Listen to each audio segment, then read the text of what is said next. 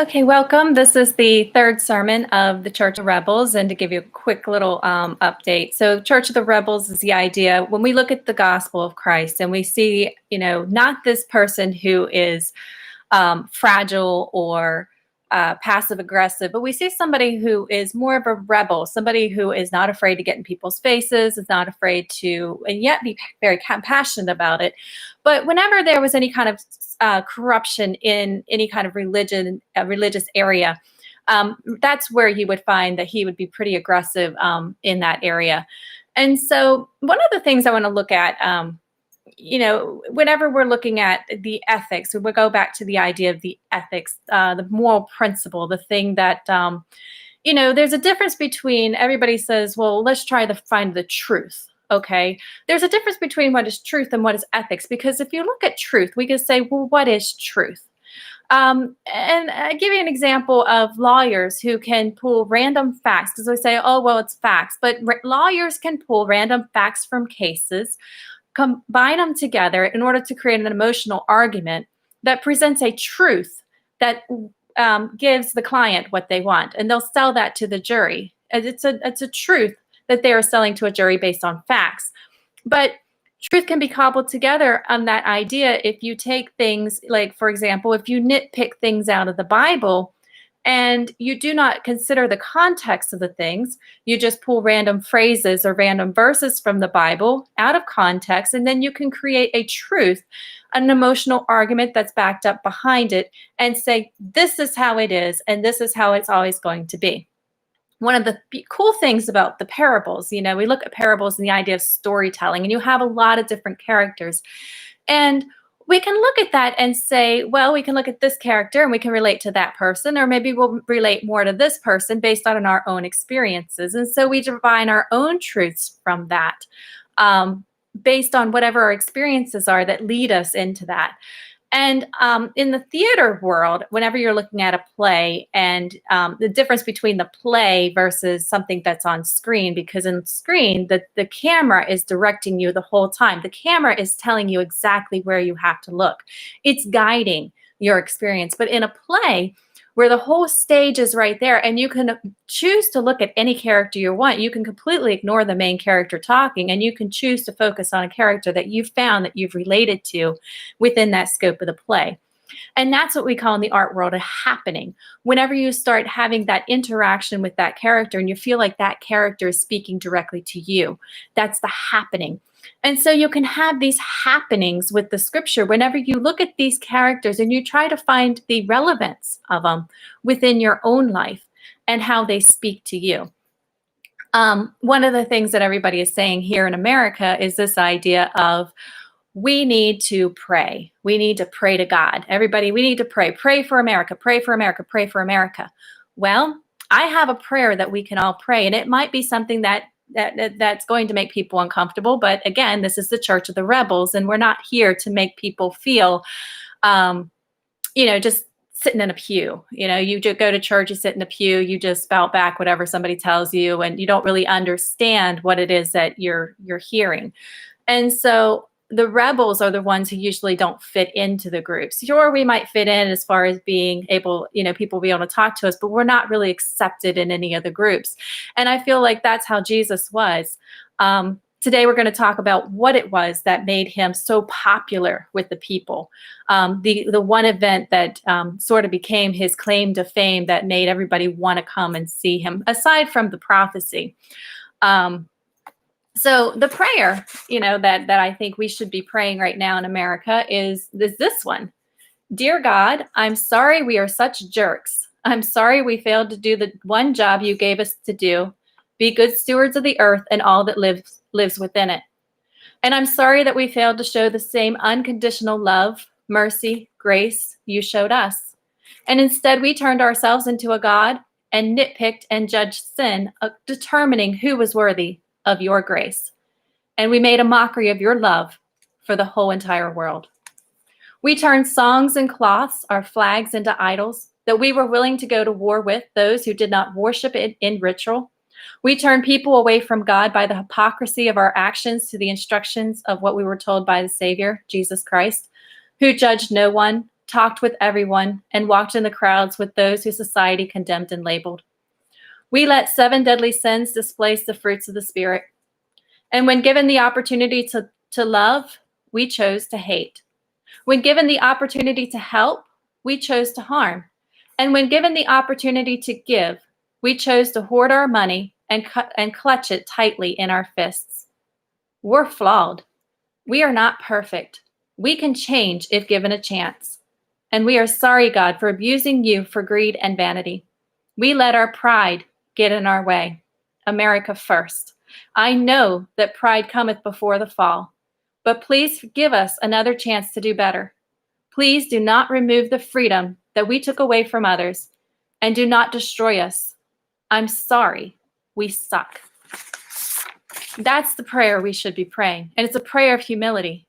Because when you look at it, when you look at everything that Christ has been telling us in the Gospels and in his parables, and especially in the Sermon of the Mount, we're not seeing the instructions that we're allowed to judge sin, that we're allowed to go out and get our guns and decide that we're going to rid the world of evil. We're not allowed to make those kind of decisions because we don't have the authority, nor do we have the ability in being able to judge a person by their character. As I just said, how do you know what's truth? Whenever so much times that people can nitpick the Bible and create their own truths in order to fit some kind of agenda, and usually agendas of hate and intolerance. One of the beautiful things about God, and if you look at the Bible in its entirety, you would see people who are constantly flawed. Every single prophet being flawed in some way, every single prophet screwing up in some way, every single prophet breaking those Moses laws in some way. And yet, God having this grace, we see a God who realizes how flawed we are. And yet, despite all that, and in spite of all that, chose to come and pay for the penalty of sin himself.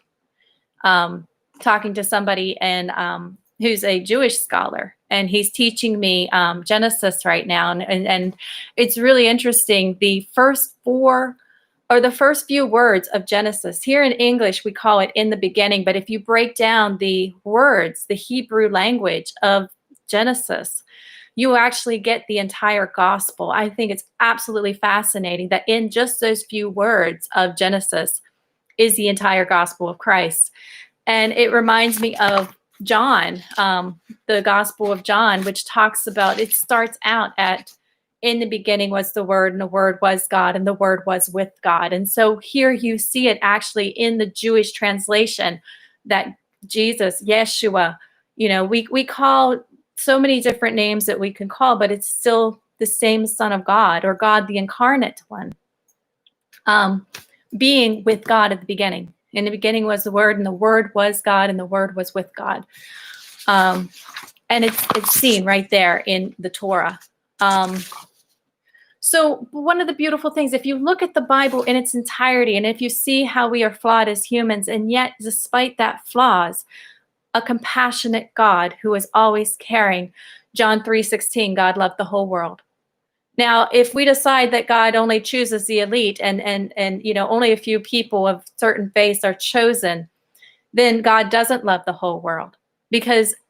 Or if we decide that maybe he just didn't consider this, but then God would not be all-knowing, omniscient.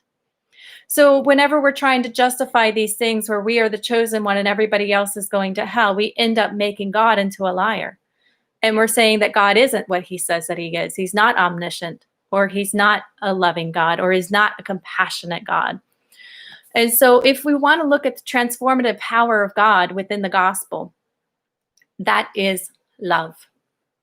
Many scholars wonder about the Cana miracle, the miracle of the water into wine. And it was the first public miracle. And so if we look at that, if we look at the words of that, let's see. Sorry, I was looking through and then comparing some things. Here we go. So here we have on the third day a wedding took place at Cana in Galilee. And how did he end up in Galilee? Well, we saw that he was born in Bethlehem.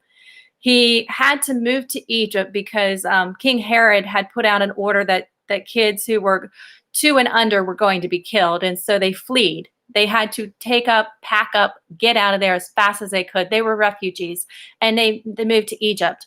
And then once Herod died, they felt that they could go back to Israel. But on the way, as they were getting ready to go back, they realized that Herod's son was just as bad as he was. And so out of fear, they decided to go to Nazareth. And so that's where Jesus ended up being raised, in this town of Nazareth. And so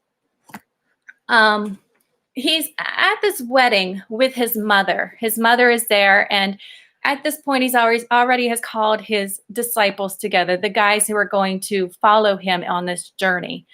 And they weren't they weren't these scholars. They weren't these rich people. They were fishermen. One guy was a tax collector. They were not these people you would expect to be with a king who's supposed to be king of the Jews and the savior of the world. They just did not fit into the warrior stereotype that you would expect. So he gathered these guys. They've got 12 of them. They're at this wedding, attending it with his mother. And while they're there, the host runs out of wine, which is a huge thing. And so the mom comes to Jesus and says, do something. He's like, and he tells her, dear woman, why do you involve me? Well, Mom, why is this my problem? Why are you coming to me?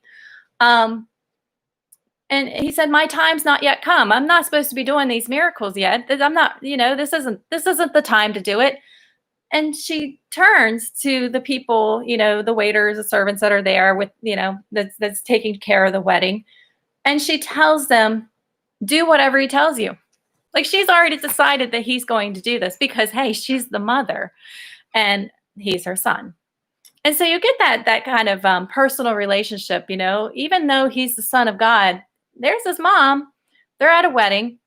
His mom has come to him and said, hey, help this guy out. And has and has basically told the people he's going to do it.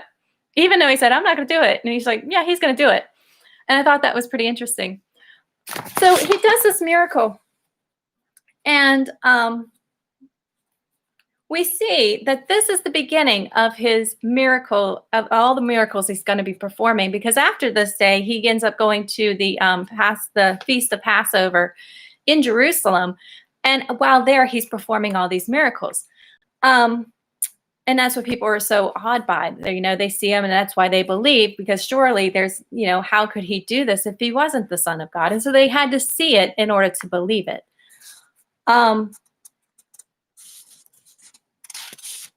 But we look at that, and it was the first public miracle.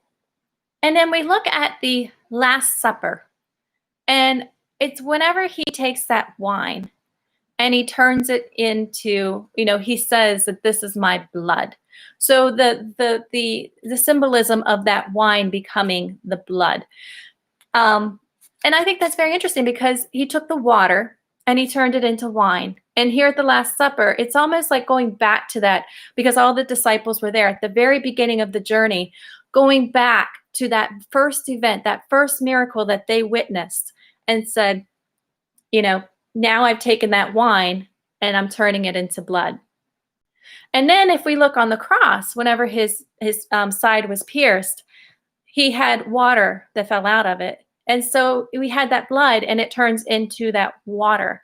And then if we look at the Samaritan at the well, when he first talks about the everlasting water, we can see this full transfiguration, if you would, of God, and each thing being an act of love. So, and the disciples being there for that journey.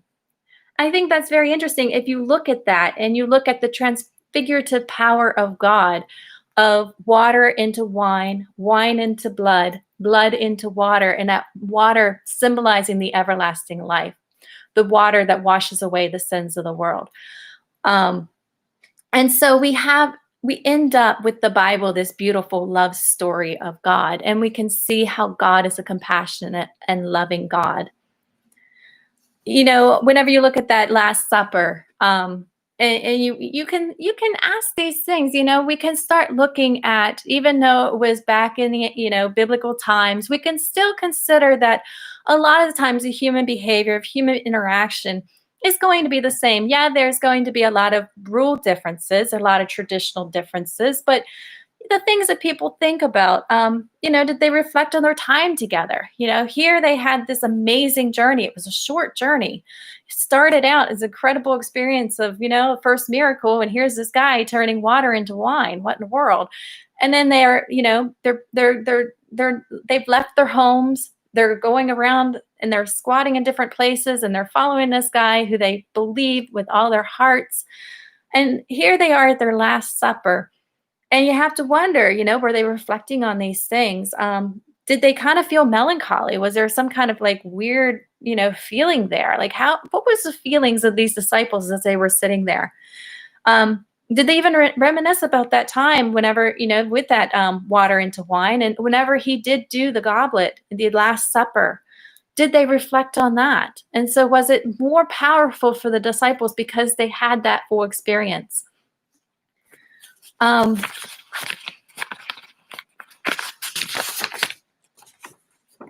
and so, you whenever you do your communion, if you do communions at your churches, it's something that I would like you to start thinking about. Is whenever you're doing that communion and you're taking that symbolism of the wine, and understanding that that's the blood, and the blood that washes away, and that whole symbolic message.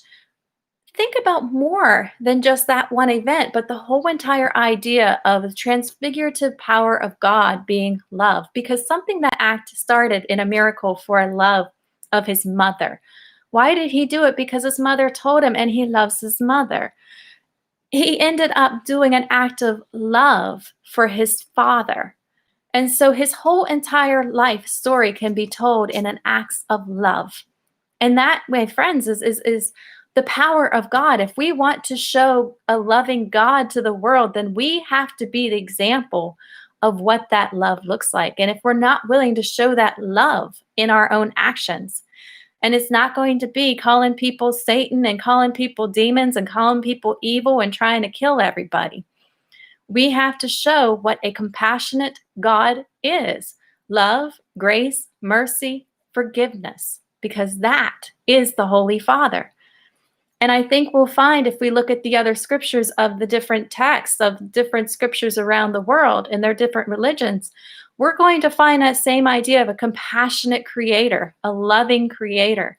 And if we can, then that becomes the core, the common core that we then can base our conversations on as we explore each other's religion. And again, this is the Church of Rebels. And so all faiths are invited to participate and to explore and to talk about and share, because I believe if we are truly made in the image of God, the more we find out about people all over the world, the more insight we get into who God really is, because human equals human no matter what.